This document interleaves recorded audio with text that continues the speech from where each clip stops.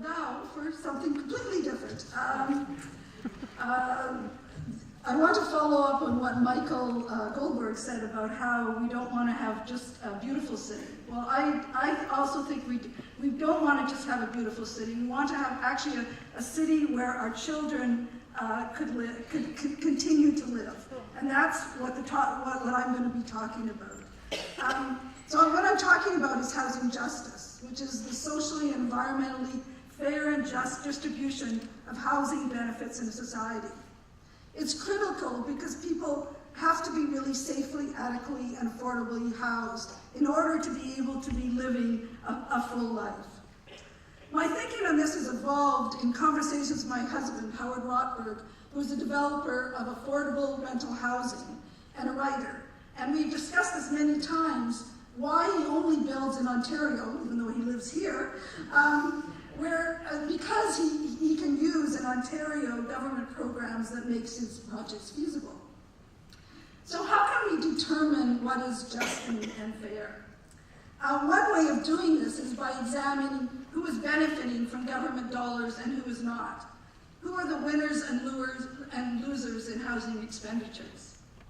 In a society where there's housing justice, there would be a clear set of government programs, strategies, and tax incentives to encourage the delivery of affordable housing, and a fair allocation of benefits between different segments of the population.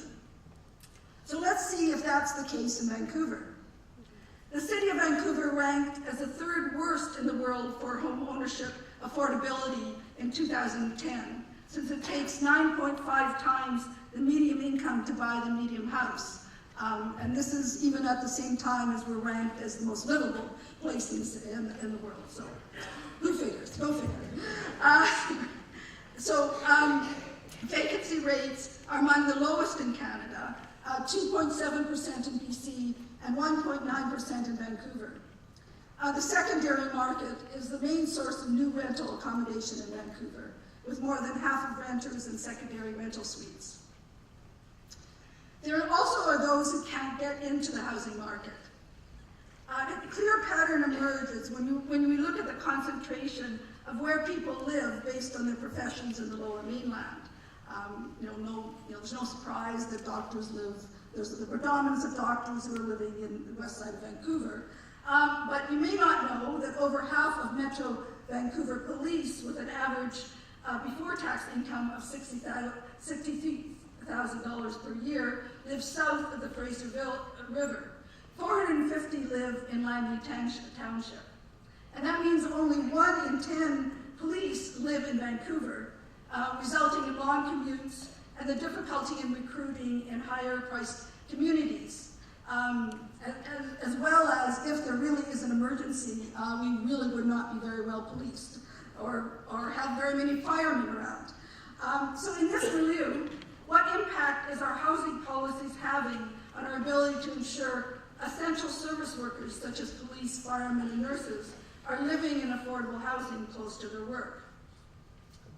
Let's look at some of the current set of housing programs offered by the provincial government. In the spring 2011 issue of West Coast Homes and Designs, 10 government programs are listed where homeowners and home buyers can qualify for grants or rebates. And I'm just going to mention a few. The BC Property Tax Deferment Program is said to allow seniors to age in place, but there's no means test required, so wealthy seniors can use this program. The program compensates municipalities for the loss of property taxes accrued by the seniors' deferral of taxes until after a house is sold. So who is benefiting from this program, and are the benefits fairly allocated across the society? The BC Homeowner Grant is another provincial government program that allows for a reduction of your property tax if you're a homeowner. But again, there's no means test. The threshold for eligibility for this grant has steadily increased to the current assessed property value of any properties under $1.15 million. People who are lucky enough to own houses in Vancouver often focus on not having their property taxes raised. It's really not understood, though, that the property taxes on a $1 million house in Vancouver are 40% less than the same valued house in Toronto. While there have been recent adjustments in the differential between commercial and residential property rates, is it fair and just that small business owners are subsidizing residential property taxes? If our society values supporting young families, what kind of housing support are they being given? The Provincial Rental Assistance Program provides eligible low-income working families with cash assistance to help with their monthly rent payments. While this is laudable, if there were more affordable rental housing being built, would it be necessary to subsidize renters to live in unaffordable units? Another example, the BC Property Transfer Tax First-Time Homebuyers Program gives a break for new home buyers, but only on units up to $425,000, which only helps buyers in Vancouver of one-bedroom condos and does nothing for young families. The City of Vancouver requires amenity spaces and sustainable building practices, including things like green roofs in new housing developments. So who bears those costs?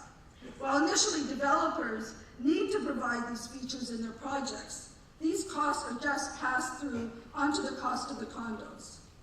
Also, if every condo development is in an open-end negotiation for amenity and social housing contributions, does adding these costs to the price of 1- and 2-bedroom condos make sense?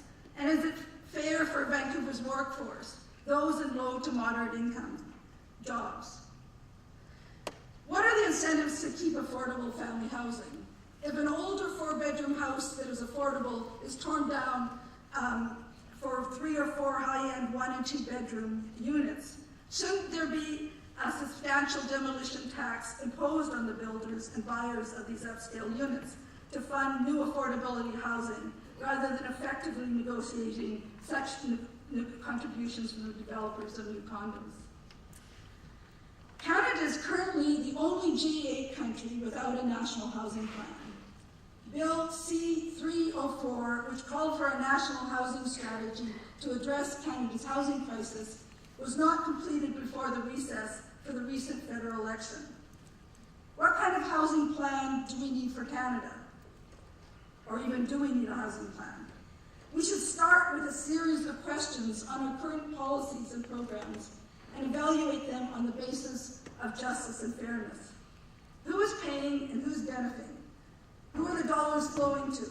If we're going to help certain demographics, do we need to do a means test? These, among others, are the questions we have to answer before we can establish just housing policies. But ultimately, really, it is the values we have as a society that is going to determine affordability for future generations.